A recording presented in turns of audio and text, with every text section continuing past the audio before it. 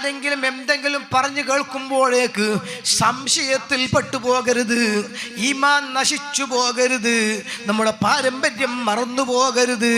നമ്മുടെ കുട്ടികൾ, വരുന്ന കുട്ടികൾക്ക്, അടുത്ത തലമുറയിലെ മക്കൾക്ക് ഈമാൻ നഷ്ടപ്പെട്ടു പോകരുതേ. ആരെയും അധിക്ഷേപിക്കാനല്ല, ആരെയും ആക്ഷേപിക്കാനല്ല, മറിച്ച് തെറ്റിദ്ധാരണ തിരുത്തൽ എൻ്റെ ബാധ്യതയായതുകൊണ്ട് ഞാൻ പറയുന്നു, തെളിവ് പറയാണ്. ആ ഇരിക്കുന്ന സ്വഹാബത്തിൽ നിന്ന് ചിലർ പറഞ്ഞു, ഇന്നല്ലാഹ തഖദ ഇബ്രാഹീമ ഖലീലാ. ഇബ്രാഹിം നബി എന്ന് പറഞ്ഞ കാര്യപ്പെട്ട മഹാനാണ്. ഇബ്രാഹിം നബി കേവലം ഒരു മനുഷ്യനല്ല, ആ ഇബ്രാഹിം നബി അല്ലാഹു തആല ക്ലോസ് ഫ്രണ്ട്സ് ആക്കി വെച്ചിട്ടുണ്ട്. ഖലീൽ എന്നാണ് ഇബ്രാഹിം നബി വിശേഷിപ്പിച്ചിരിക്കുന്നത്. അങ്ങനെ ഇബ്രാഹിം നബിയുടെ മഹത്വങ്ങൾ അങ്ങനെ പറയാൻ തുടങ്ങി. അതാണല്ലോ മൗലൂദ് ഓതുക എന്ന് പറഞ്ഞാലും ഒരാളെ മഹത്വങ്ങൾ എങ്ങനെ പറയലാണ്. മാല ചൊല്ലലായാലും ഒരാളെ മഹത്വങ്ങൾ എങ്ങനെ പറയലാണ്. ഇപ്പൊ റബീഉൽ ആഖിറാകുമ്പോ ഓസുല്ലാമിന്റെ മൗലിദ് ഓതും ചിലർ, മാല ചൊല്ലും ചിലർ. നിലവേറും മീശാത്തോ ലൂതോരുവാലെ 40 സുബ്ഹ് തൊഴുതോവർ ബിൽ കുതുബിർ റബ്ബാനി വൽ ഗൗസി സമദാനി നജ്ജിനാ മിൻ കുല്ലി അഫത്തിൻ യാ അല്ലാഹ്. മാലയും മദ്ഹാണ്, മൗലിദും മദ്ഹാണ്, മദ്ഹ് പാട്ടും മൗലിദും മദ്ഹാണ്. ഇബ്രാഹിം നബിയുടെ മദ്ഹ് ഇങ്ങനെ പറയുന്നു. വഖാല ആഖറു. അപ്പൊ അയാളുടെ മൗലിദ് അങ്ങ് തീർന്നപ്പോ രണ്ടാമത് മറ്റൊരാൾ അതാ എഴുന്നേൽക്കുന്നു. അദ്ദേഹം പറയുന്നു, മൂസ കല്ലമഹു തക്ലീമാ. ഒരാൾ മഖ്ബൂസ് മൗലിദ് ഓതുന്നു, അപ്പൊ ഒരാൾ ഷറഫുൽ അനാ മൗലിദ് ഓതുന്നു, ഒരാൾ ബർസഞ്ചി ഓതുന്നു. അതെ, ഇവിടെ ബഹുമാനപ്പെട്ട ഇബ്രാഹിം നബിയെ കുറിച്ച് ഒരാൾ ഇങ്ങനെ മൗലിദ് ഓതി. അത് കഴിഞ്ഞപ്പോൾ നെക്സ്റ്റ് അടുത്ത വ്യക്തി മൂസാ നബിയുടെ മദ്ഹുകൾ ഇങ്ങനെ പറയാൻ തുടങ്ങി. വഖാല ആഖറു. അപ്പോൾ മറ്റൊരാൾ പിന്നെ പറയുന്നത് എന്താണ്? ഫഈസാ കലിമത്തുല്ലാഹി വറൂഹുഹു. ഈസ നബിയുടെ മൗലിദാണ്, ഈസ നബിയുടെ മദ്ഹാണ്, ഈസാ നബിയുടെ മഹത്വങ്ങളാണ്. ആരാണ് ഈ ഓതുന്നത്? സഹാബികൾ. ആരല്ല? സഖാഫികൾ അല്ല, സ്വഹാബികൾ. പ്രൊണൗൺസിയേഷൻ മാറാൻ പാടില്ല. സ്വഹാബികൾ എന്നാൽ ആരാണ്? റളിയല്ലാഹു അൻഹും. അല്ലാഹ് ഗുഡ് സർട്ടിഫിക്കറ്റ് കൊടുത്ത ആളുകളാണ്. മുത്തുനബിയിൽ നേരിട്ട് ഇസ്ലാം മനസ്സിലാക്കിയവരാണ്. ഇരിക്കട്ടെ, ആ സ്വഹാബത്തി മൗലിദ് മുഴുവൻ ഓതുമ്പോ ആരാണ് അതിന് സാക്ഷിയാകുന്നതോ? ആരാണ് ആ സദസ്സിലേക്ക് കടന്നു വരുന്നത്? അതേ, മുഹമ്മദുൻ സയ്യിദുൽ കൗനൈനി വസ്സഖലൈനി വൽ ഫരീഖൈനി മിൻ ഉർബിൻ വമിൻ അജമി മൗലായ സ്വല്ലി വസല്ലിം ദായിമൻ അബദാ അലാ ഹബീബിക ഖൈറുൽ ഖൽഖി കുല്ലിഹിം. ആ റസൂൽ അങ്ങനെ കടന്നു വരുന്നു. അപ്പൊ വഖാല ആഖറു, മറ്റൊരാൾ വേറെ മൗലിദ് ഓതുകയാണ്. ഏതാണത്? ആദമുൻ ഇസ്തഫാഹുല്ലാഹ്. ആദം നബിയെയാണ് ആദ്യമ മനുഷ്യനായി പടക്കാൻ വേണ്ടി അല്ലാഹു തെരഞ്ഞെടുത്തിരിക്കുന്നത് കേട്ടോ.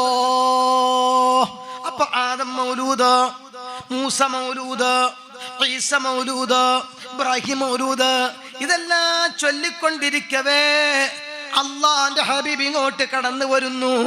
ഫഖറജ അലൈഹിം റസൂലുള്ളാഹ്. അള്ളാന്റെ ഹബീബാകുന്ന മുത്തനബി ഇങ്ങോട്ട് കടന്നു വരികയാണ്.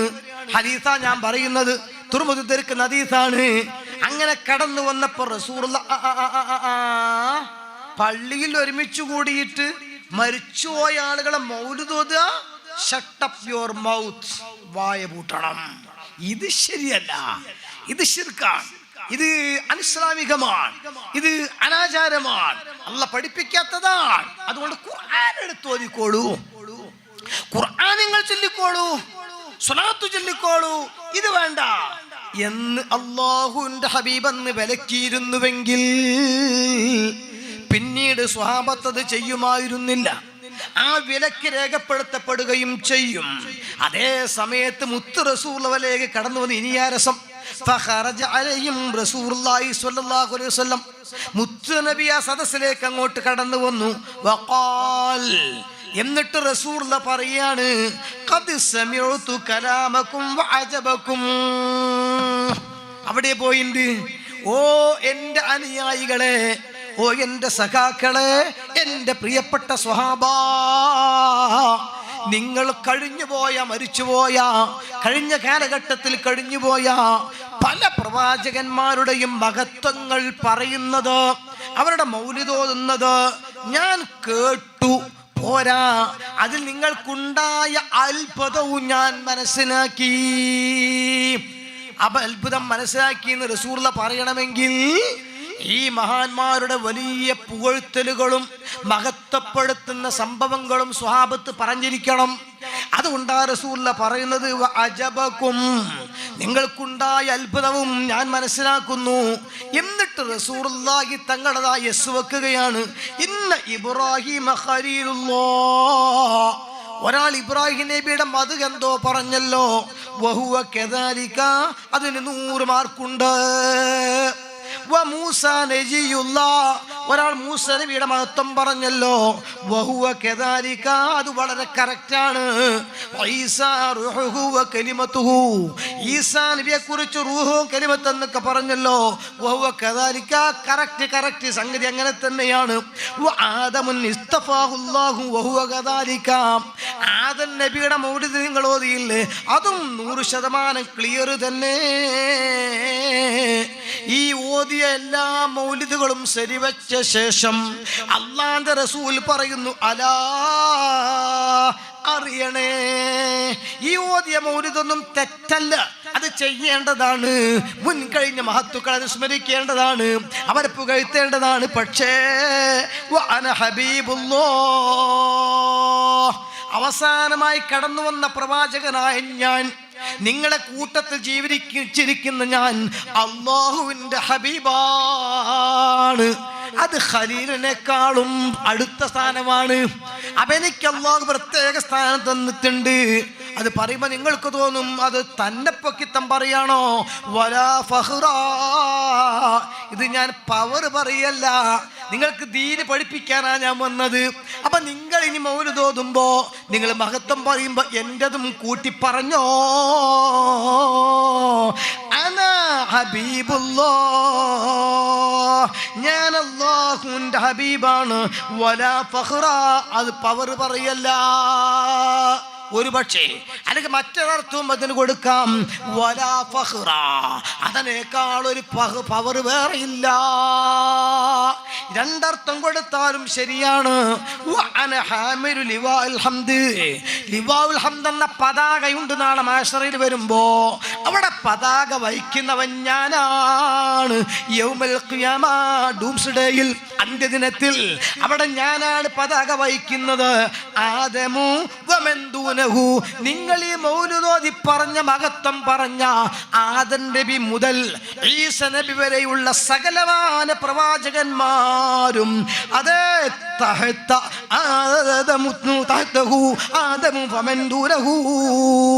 ആ എന്റെ ലിവാഉൽ ഹംദ് എന്ന പതാകക്കു താഴെയാണ് ഞാൻ പതാക പിടിക്കുന്നു. താഴെ ആദം നബി നിൽക്കുന്നു, മൂസാ നബി നിൽക്കുന്നു, ഇബ്രാഹിം നബി നിൽക്കുന്നു. വലാ ഫഖ്റ, ഞാൻ അഹങ്കാരം പറയുന്നതല്ല കുട്ടികളെ, നിങ്ങൾ മനസ്സിലാക്കാൻ വേണ്ടി പറയാ. വഅന അവ്വലു ശാഫിഇൻ, നാളെ പരലോകത്തെ വെച്ച് ചെല്ലുന്ന സമയത്ത് ഇവിടെ നമ്മൾ മൗലൂദ് ഇങ്ങനെ ഓതിയിട്ട് ഇന്നനാ നർജു ഇലാ കസി ഹൗദിക ലില്ലതശ് യൗമ നശ്രി കിതാബിയാ സയ്യിദി ഖൈറൻ നബി, മുത്തുനബിയെ, ഒരാൾക്കും വെള്ളം കൊടുക്കാൻ പെർമിഷൻ ഇല്ലാത്ത ലോകത്ത്, ജപ്പാൻ കുടിവെള്ള പദ്ധതി ഇല്ലാത്ത സ്ഥലത്ത്, PWD വകുപ്പോ വാട്ടർ അതോറിറ്റിയോ ഒരു MLA-യും ഒരു MP-യും ഒരു CM-ഉം ഒരു PM-ഉം കൈകാര്യം ചെയ്യാത്ത ലോകത്ത് അതേ ഹൗദിന്റെ അധികാരം നിങ്ങൾക്കാണ് തരണേ നബിയേ എന്ന് ഉമ്മമാരെ മങ്കൂസ് മൗലൂദ് നിവർത്തി വെച്ചിട്ട് നമ്മളത് ബുക്ക് ചെയ്യുമ്പോൾ ഷിർക്ക്, അത് തെറ്റാണെന്ന് പറഞ്ഞ് മൗലിദിനോട് പുറം തിരിഞ്ഞു നടന്നവരുണ്ടോ? അടുത്ത വരി ചെന്ന് വായിച്ചുകൊണ്ട് ഫിൽ ഖിയാമത്തി മുശ്ഫിഖാ വഖ്ലനാ ഇൻ ലാ സയ്യിദി ഖൈറൻ നബി അസ്സലാത്തു അലൻ നബി വസ്സലാമു അലർ റസൂൽ അശ്ശഫീഇൽ അബ്തഹി വൽ ഹബീബിൽ അറബി. മുത്തുനബിയെ അങ്ങ് ഞങ്ങൾക്ക് ശുപാർശ തരണേ എന്ന് ദുനിയാവിൽ വെച്ച് ബുക്കിംഗ് ചെയ്യുമ്പോ അത് ശിർക്ക്, അനാചാരമാണ്, ബിദ്അത്താണെന്ന് പറഞ്ഞ് അതിൽ മാറി നിൽക്കുന്നവർ, കുട്ടികളെ പങ്കെടുപ്പിക്കാത്തവർ, അത് തെറ്റായി കാണുന്നവർ മനസ്സിലാക്കിക്കോ, അല്ലാഹുവിന്റെ റസൂൽ സ്വന്തം പറഞ്ഞു കൊടുക്കുന്നു, അന അവ്വലു ശാഫിഇൻ. നിങ്ങളൊക്കെ മഹ്ശറിൽ നെട്ടോട്ടമോടുമ്പോ ആകെ വിഷമിച്ച് തന്താളിച്ചു നിൽക്കുമ്പോ നിങ്ങൾക്ക് വേണ്ടി പടച്ച തമ്പുരാനോട് റെക്കമെൻഡ് ചെയ്യുന്നവൻ MLA അല്ല, MP അല്ല, മെമ്പറല്ല, പൊളിറ്റിക്കൽ ലീഡർ അല്ല, LLBയോ MAയോ MEdോ BComോ BEdോ BSCയോ കഴിഞ്ഞവനല്ല. ഞാനാണ് ആദ്യമായി ശുപാർശ ചെയ്യുന്നവൻ, അവ്വലു മുശഫ്ഫഇൻ, റെക്കമെൻഡ് സ്വീകരിക്കപ്പെടുന്നവരും ഞാനാണ്. യൗമൽ ഖിയാമ, ഖിയാമത്ത് നാളിന്റെ ദിവസത്തിൽ വലാ ഫഖ്റാ, അതിനേക്കാൾ വലിയൊരു പവർ ഒരാൾക്കും ലഭിക്കാനില്ല. നാളെ സുഖലോക സ്വർഗത്തിന്റെ വട്ടക്കണ്ണി ആദ്യമായി ഓപ്പണിങ്ങിന് വേണ്ടി പിടിച്ചു കുലുക്കുന്നവൻ ഞാനാണ്. അല്ലാഹു എനിക്ക് വേണ്ടി തുറന്നു തരികയാ. എന്നിട്ട്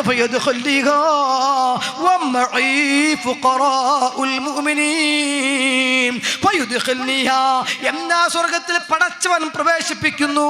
എന്റെ കൂടെ പാപങ്ങളായ മുഅ്മിനീകൾ കടക്കുന്നു. അല്ലാഹു നമുക്കതിന് ഭാഗ്യം തരട്ടെ. മുത്ത് റസൂൽ പറയുന്നു, വലാ ഫഖ്റാ, ഇത് ഞാൻ കുളൂസ് പറയുന്നതല്ല, ഞാൻ പവർ പറയുന്നതല്ല. വഅന അക്റമുൽ അവ്വലീന വൽ ആഖിരീൻ, കഴിഞ്ഞു പോയ മനുഷ്യന്മാരെ മുഴുവനും എടുത്തു നോക്കുക, ഇനി വരാനുള്ളവരെ മുഴുവനും എടുത്തു നോക്കുക, ആ കൂട്ടത്തിൽ നിന്ന് ഏറ്റവും ഖൈറായവൻ ഞാനാണ്. ഫാഖൻ നബിയിന ഫീ ഖൽഖിൻ വഫീ ഖുലൂഖി വലം യുദാനുഹു ഫീ ഇൽമിൻ വലകറമി. ചൊല്ലുക്കും മദീനയിലേക്ക് ഒരു സ്വലാത്ത് മൗലായ സ്വല്ലി വസല്ലിം ദായിമൻ അബദാ അലാ ഹബീബിക ഖൈറിൽ ഖൽഖി കുല്ലിഹിം. അതേ, ഞാനാണ് ഏറ്റവും ആദരണീയൻ റബ്ബിന്റെ അടുക്കൽ. വലാ ഫഖ്റാ, ഞാനിത് പവർ പറയുന്നതല്ല. അല്ലാഹു തആല മൗലിദ് ഓതുന്നു, മലായികത്തും മൗലിദ് ചൊല്ലുന്നു. വിശ്വാസികളെ നിങ്ങളും ചൊല്ലുക എന്ന് അല്ലാഹുവിന്റെ ഖുർആനിൽ.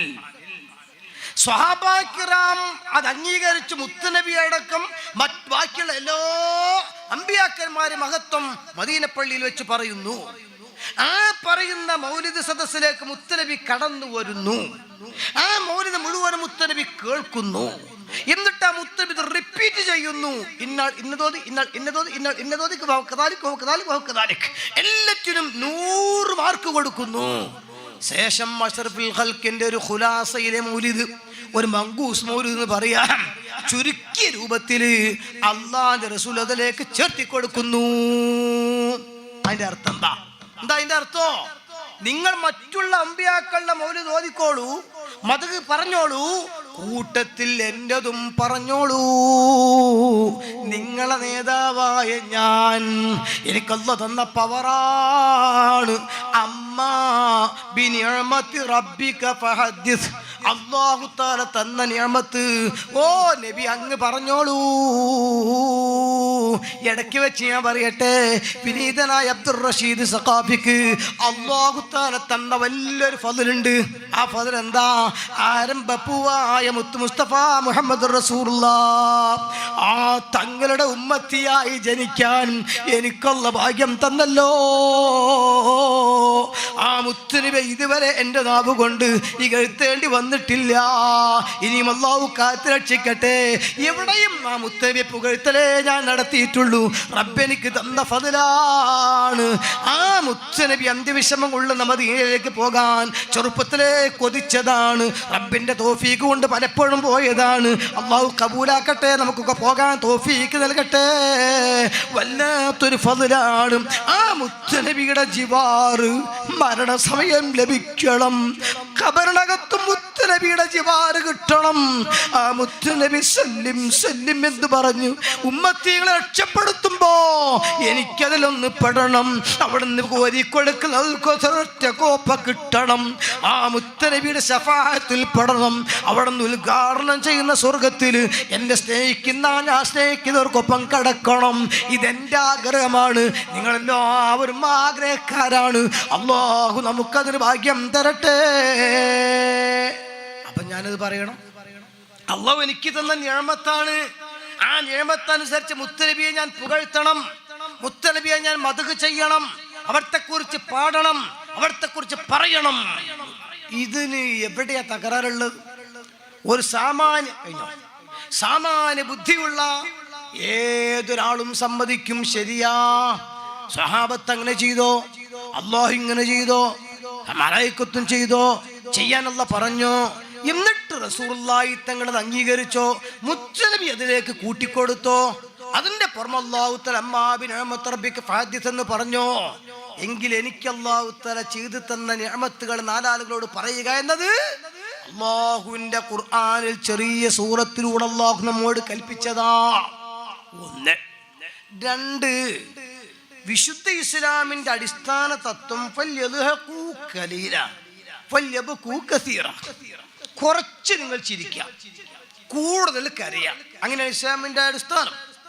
പക്ഷേ മുത്ത് റസൂലുള്ളാഹിന്റെ വിഷയം അതായത് മനസ്സിലാക്കേണ്ടത്, ബാക്കി ഈ കമ്പയർ ചെയ്യുമ്പോൾ അത് തുല്യത ഉള്ളതിനെ കമ്പയർ ചെയ്യാം.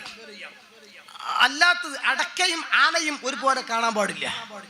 റസൂലുള്ളാഹി വേറെ, അതേസമയത്ത് മറ്റ് നമ്മളെപ്പോലെ മനുഷ്യന്മാർ വേറെ. മുഹമ്മദുൻ ബശറുൻ ലകൽ ബശരി യാഖൂതുൻ ഹജറുൻ ലകൽ ഹജരി. കല്ല് ചെങ്കല്ല് കല്ലാണ്, ഈ പടുക്കാൻ ഉപയോഗിച്ച കല്ല് കല്ലാണ്. അതേസമയം മാണിക്യക്കല്ലും കല്ലാണ്. രണ്ടും ഒരുപോലെയാണോ? ഇതുപോലെ മുഹമ്മദ് നബി തങ്ങൾ മനുഷ്യനാണ്, സംസാരിക്കുന്നത് ഞാനും മനുഷ്യനാണ്. പക്ഷെ രണ്ടും ഒരുപോലെയല്ല.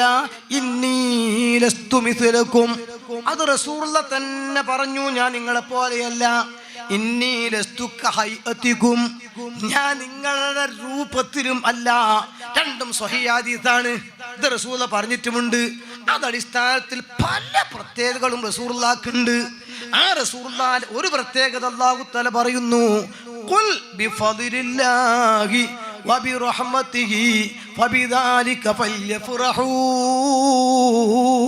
ഹുവ ഖൈറും മിമ്മാ യജ്മഊൻ. ഉമ്മമാരെ, നിങ്ങൾ 30, 40, 50 കൊല്ലം മൗലിദ് ഓതിയവരുണ്ടാകും.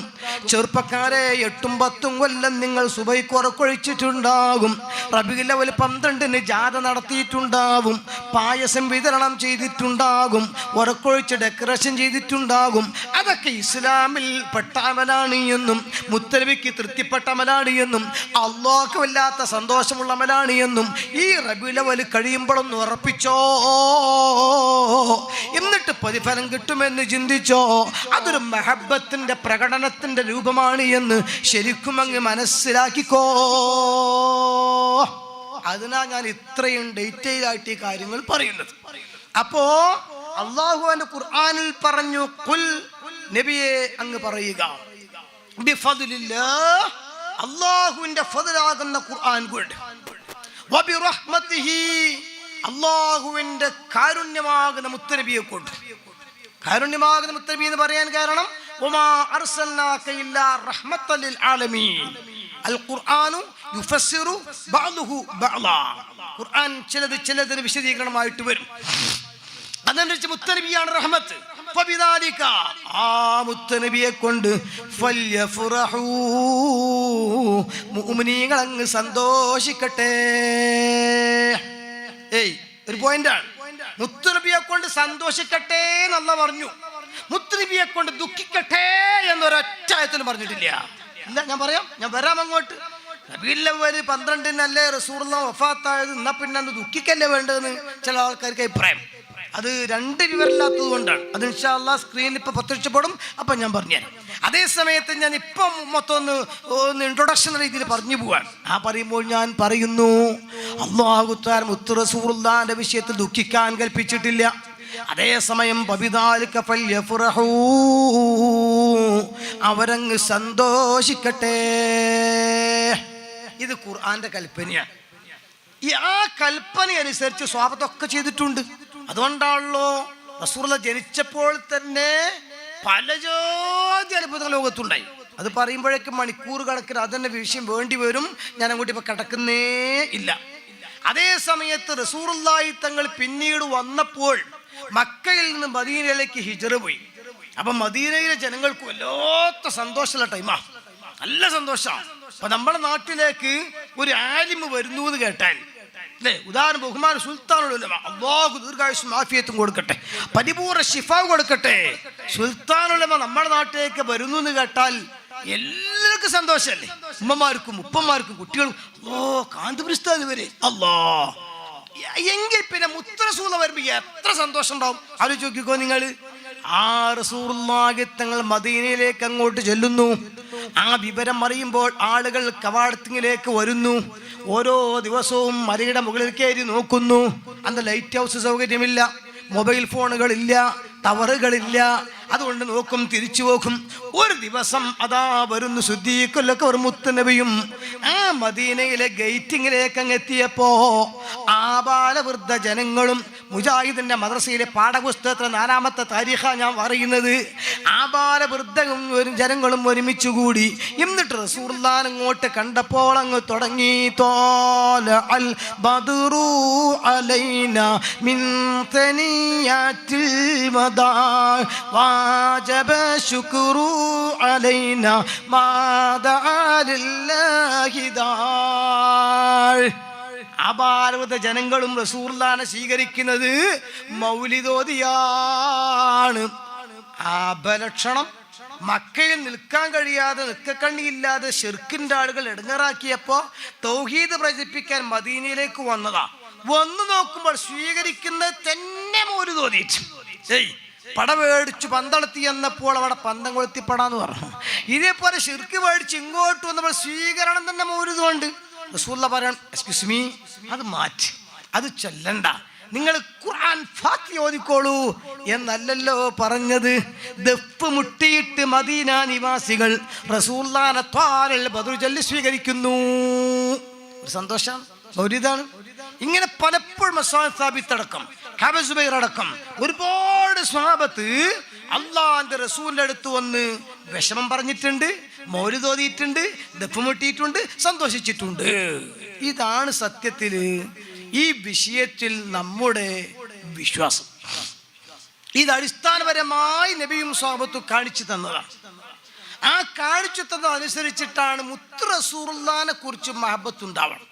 അതിന് ഇടക്കിടക്ക് മൗലിദ് ഓതിക്കൊണ്ടിരിക്കണം. വർഷത്തിലൊരു പ്രാവശ്യമെങ്കിലും റബീഉൽ അവ്വൽ സീസണാക്കി എടുത്തിട്ട് ചെറിയ കുട്ടികളടക്കം ആ മുത്തനബിയെ കുറിച്ച് ഇങ്ങനെ പ്രസംഗിക്കുന്നു, പാടുന്നു, പറയുന്നു, വരക്കുന്നു. തെരുവുകളിലൂടെ റളിയല്ലാഹു തആല അൻഹു റസൂലുള്ളാഹിന്റെ മൗലിദ് ഓതിയിട്ട് ഇങ്ങനെ അങ്ങാടിയിലൂടെ കറങ്ങിയതുപോലെ നമ്മുടെ കുട്ടികളിങ്ങനെ ഗുണമണിയായ റസൂലുള്ളാഹ് തനിപകരും ഗുരുനൂറുള്ളാഹ് ഇഹ പരനബിയേ സ്വല്ലല്ലാഹു ഹഖ് ലാ ഇലാഹ ഇല്ലല്ലാഹ് പുകാരോ യാ റസൂലല്ലാഹ് ചലോ മദീന സലാം ഉസ് पर के जिसने പാത്ഷാഹി മേം ഫഖീരി കി.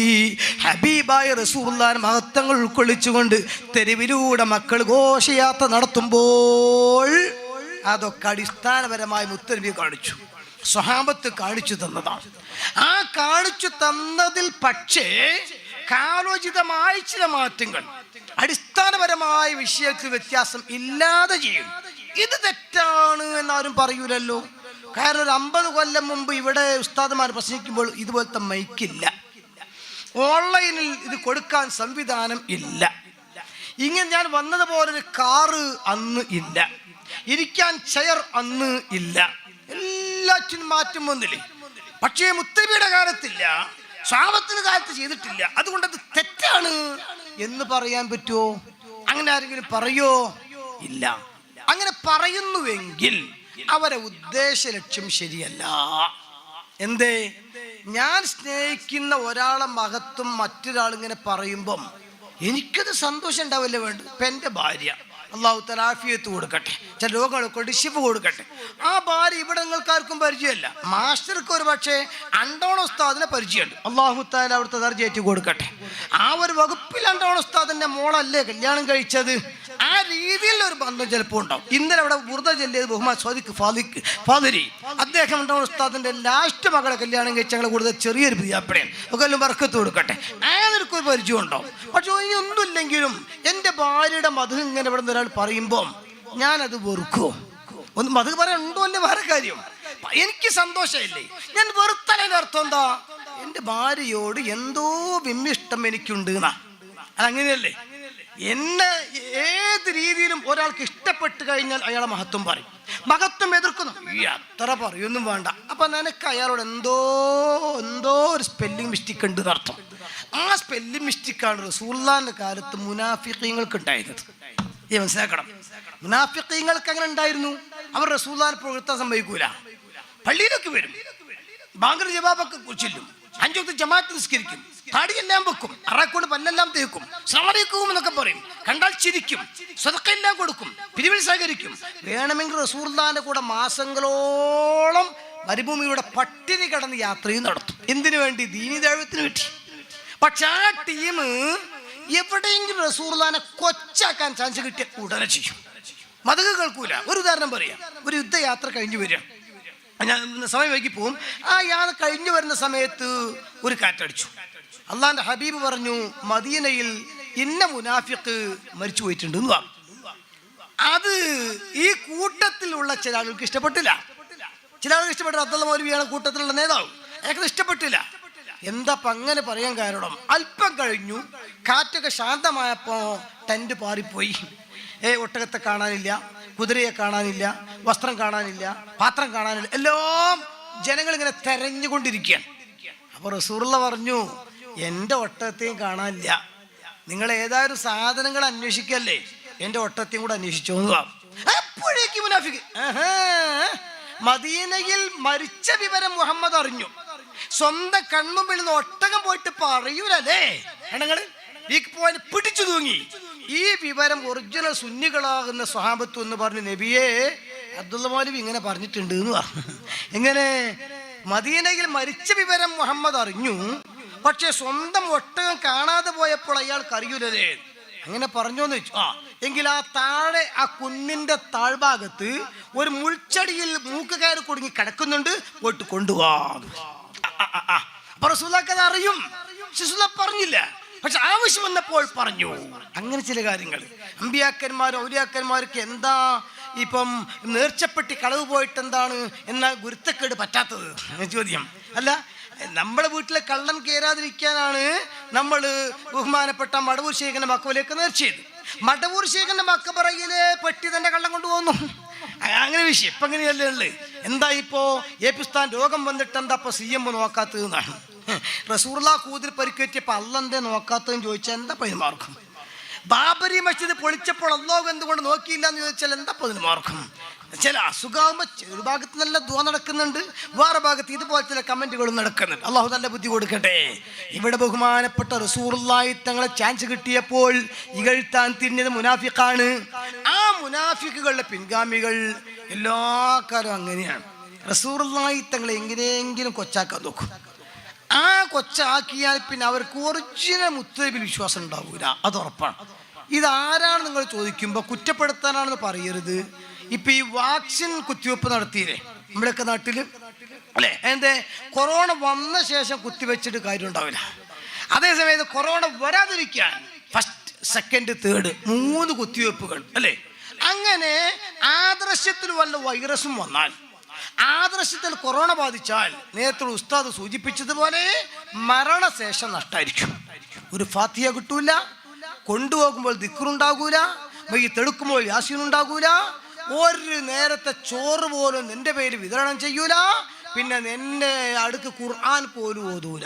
പടച്ചോൻ കാത്ത് രക്ഷിക്കട്ടെ.